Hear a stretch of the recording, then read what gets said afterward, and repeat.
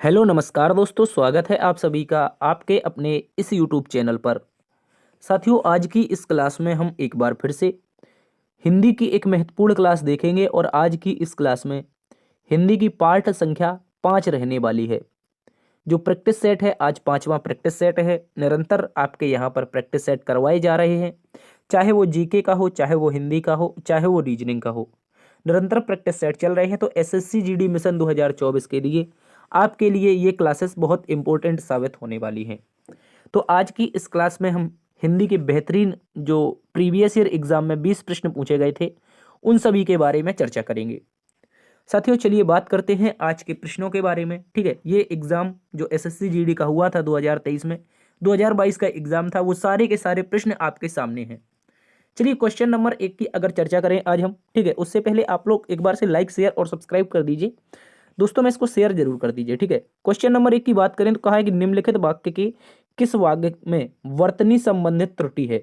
यहां पर हमसे वर्तनी संबंधित त्रुटि पूछी है और दोस्तों आपके सामने ग्रीन टिक लगा हुआ है। हालांकि हमें केवल समझाना है यहाँ पर, आप इसको चाहो तो रट लीजिए, अगर समझ जाते हैं तो बहुत अच्छी बात है। ठीक है, रटना काम नहीं आता एग्जाम में, केवल समझना काम आता है, तो आपको समझना है। कहा है कि आजकल दिल्ली के प्रगति मैदान में हस्तशिल्प प्रदर्शनी चल रही है। यहां पर आपको एक वाक्य दिया गया है दोस्तों, और इसमें हमसे पूछा है कि निम्नलिखित में से ऐसा कौन सा ऑप्शन है जिसमें त्रुटि है। तो त्रुटि तो आपकी ऑप्शन नंबर 4 में है दोस्तों। त्रुटि ऑप्शन नंबर 4 में है क्योंकि ग्रीन टिक लगा हुआ है। लेकिन अब आप ये बताएंगे, ये समझेंगे कि इसमें त्रुटि है कैसे।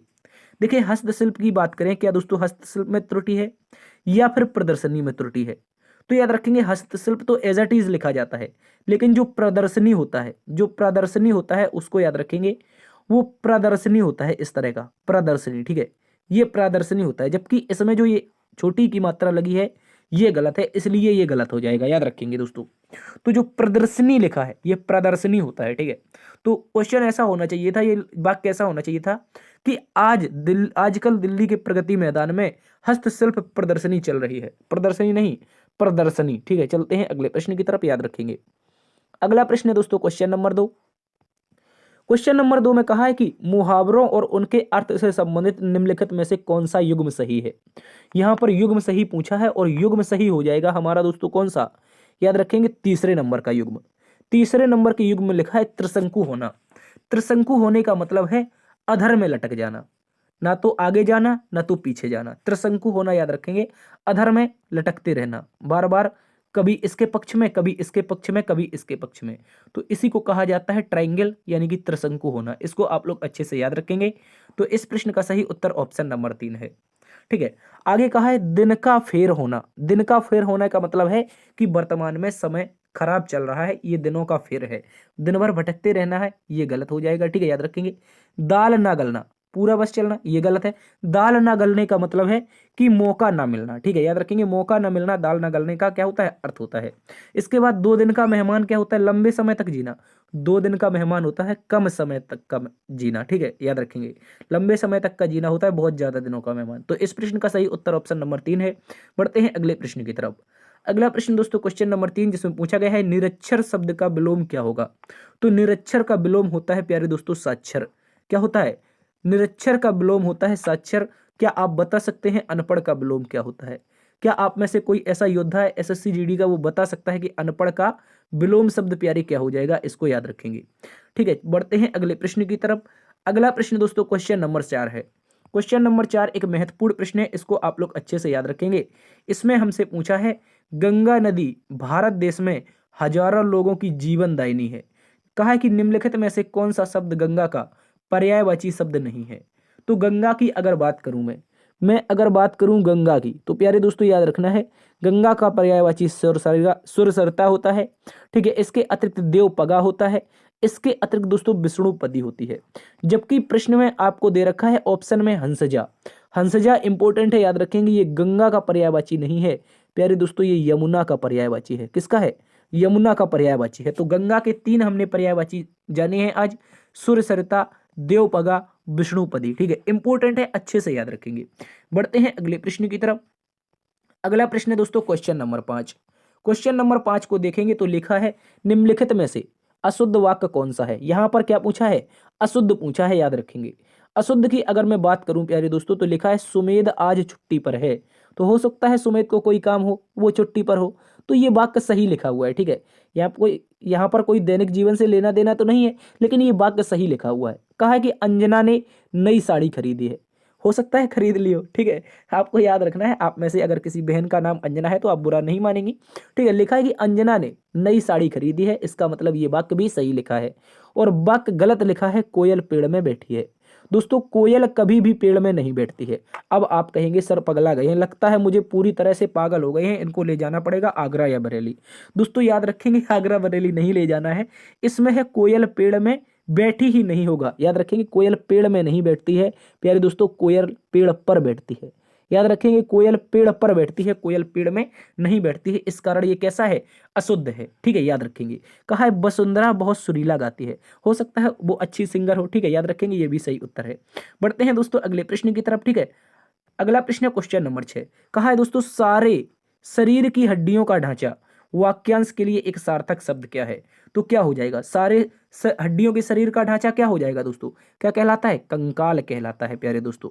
क्या कहलाता है, कंकाल कहलाता है। इस प्रश्न का सही उत्तर कंकाल हो जाएगा, ठीक है। याद रखेंगे कंकाल में कुल कितनी हड्डियां होती हैं। अगर वो वयस्क है तो दोस्तों 206 हड्डियां होती हैं। अगर वो बच्चा है तो 272 हड्डियां होती हैं। याद रखेंगे बहुत सारे बच्चे अभी भी पढ़ते होंगे, बच्चों में 300 हड्डियां होती हैं। ये गलत है, ये वाला सही है, बच्चों में 272 हड्डियां होती हैं। याद रखेंगे, ठीक है दोस्तों। तो प्रश्न का सही उत्तर हो जाएगा, तो शरीर के जो हड्डियों का ढांचा होगा उसे कंकाल कहा जाएगा। बढ़ते हैं अगले प्रश्न की तरफ। अगला प्रश्न फिर से कहा है कि निम्नलिखित विकल्पों में से अशुद्ध वाक्य छांटिए। क्या छांटना है, अशुद्ध छांटना है। तो लिखा है शीला को नाटक अच्छा लगा। हो सकता है शीला ने कोई अच्छा नाटक देखा हो सकता है सास बहू और क्या क्या बोला जाता है उसको यार, सास बहू और फ्लेमिंगो करके कोई मूवी आई है, इस तरह का, शायद ये हमारा सही हो जाएगा। याद रखेंगे शीला को नाटक अच्छा लगा, एज इट इज सही लिखा है, बिल्कुल ऐसा ही लिखा जाएगा। आगे का है दोस्तों लड़की पुस्तक पढ़ती है। तो लड़की पुस्तक पढ़ती है प्रेजेंट इंडेफिनिट का टेंस है, बिल्कुल सही उत्तर है। आगे का है मुझे उस पर दया आती है। तो ये भी सही लिखा है। जबकि अशुद्ध लिखा है प्यारे दोस्तों लड़के को घर जाना है, सॉरी लड़के ने घर जाना है। लड़के ने घर जाना नहीं होता, ये गलत हो जाएगा। क्वेश्चन ऐसा होना चाहिए था लड़के को घर जाना है, ठीक है। ने के स्थान पर को आ जाता तो ये शुद्ध हो जाता, लेकिन ने दिया गया है, इसलिए ये वाक्य क्या है दोस्तों, अशुद्ध है। बढ़ते हैं प्यारे दोस्तों अगले प्रश्न की तरफ।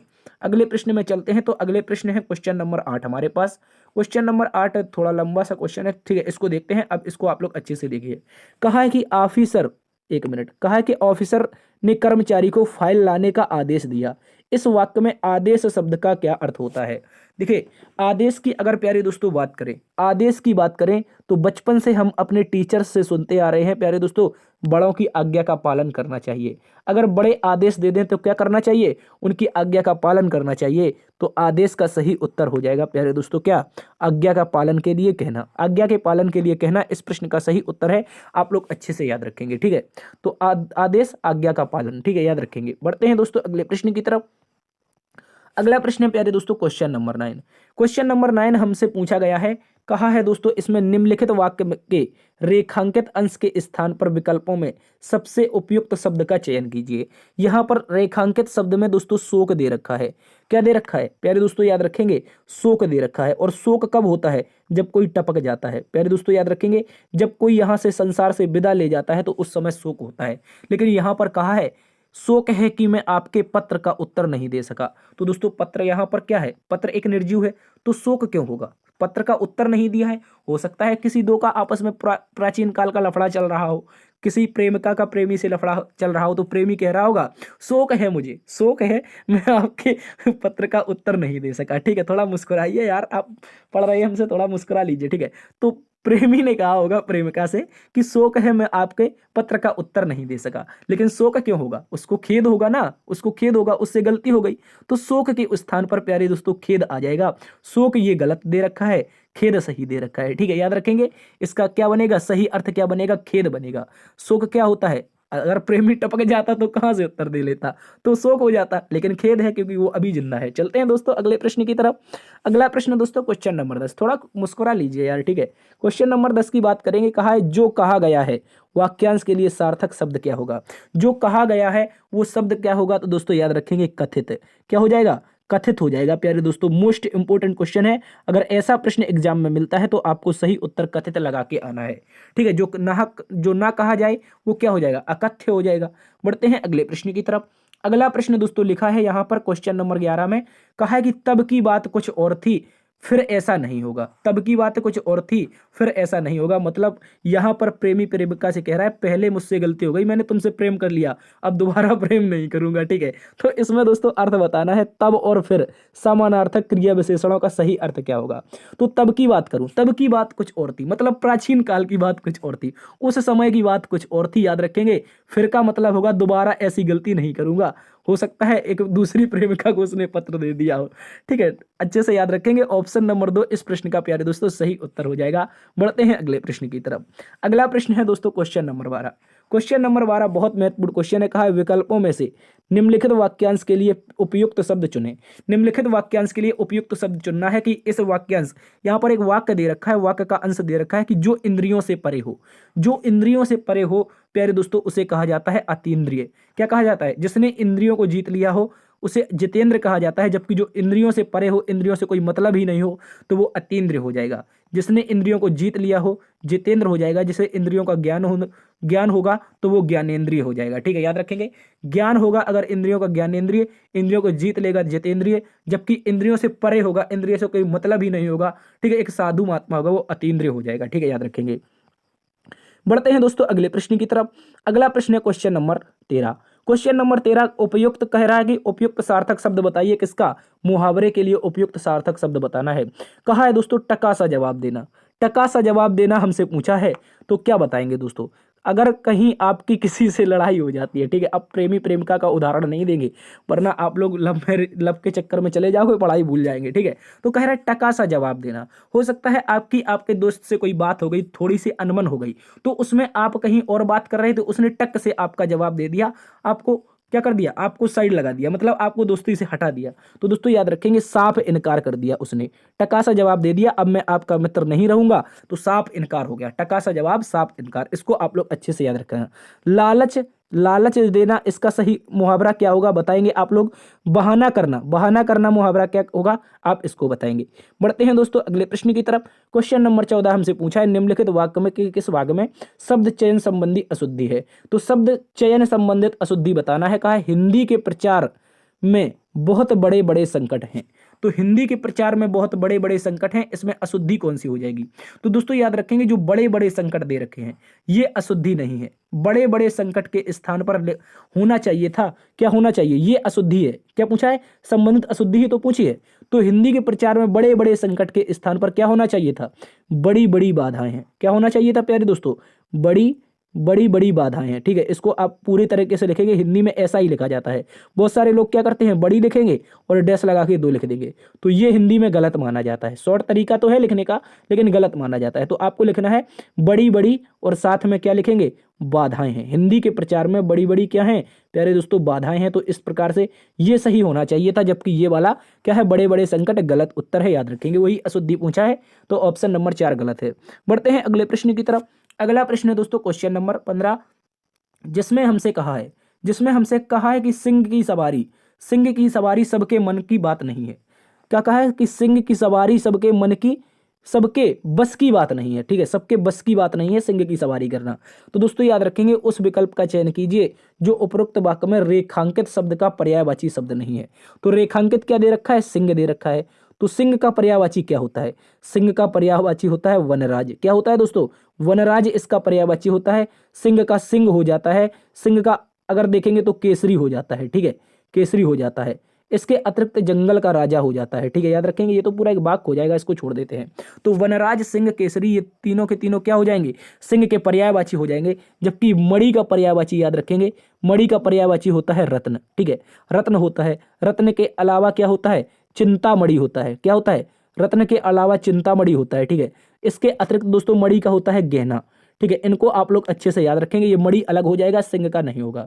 बढ़ते हैं दोस्तों आज के अगले प्रश्न क्वेश्चन नंबर 16 की तरफ। क्वेश्चन नंबर 16 कॉम्प्रिहेंशन आ चुका है, यानी कि एक प्यारे दोस्तों गद्यांश आ चुका है। इस गद्यांश में हमें बताना है इसमें क्या फिल करेंगे।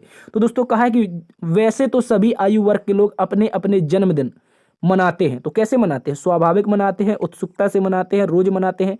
जन्मदिन रोज तो नहीं मनते हैं, तो प्रसन्नता पूर्वक मनाते हैं।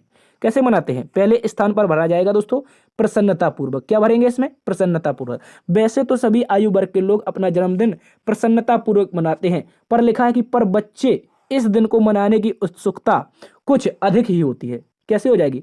पर बच्चों में इस दिन को मनाने की उत्सुकता कुछ अधिक ही होती है। तो सेकंड स्थान पर प्यारे दोस्तों अधिक भरा जाएगा। देखिए यहाँ पर अधिक दे भी रखा है, तो अधिक इस प्रश्न का सही उत्तर हो जाएगा। कुछ अधिक ही होती है बच्चों में उत्सुकता।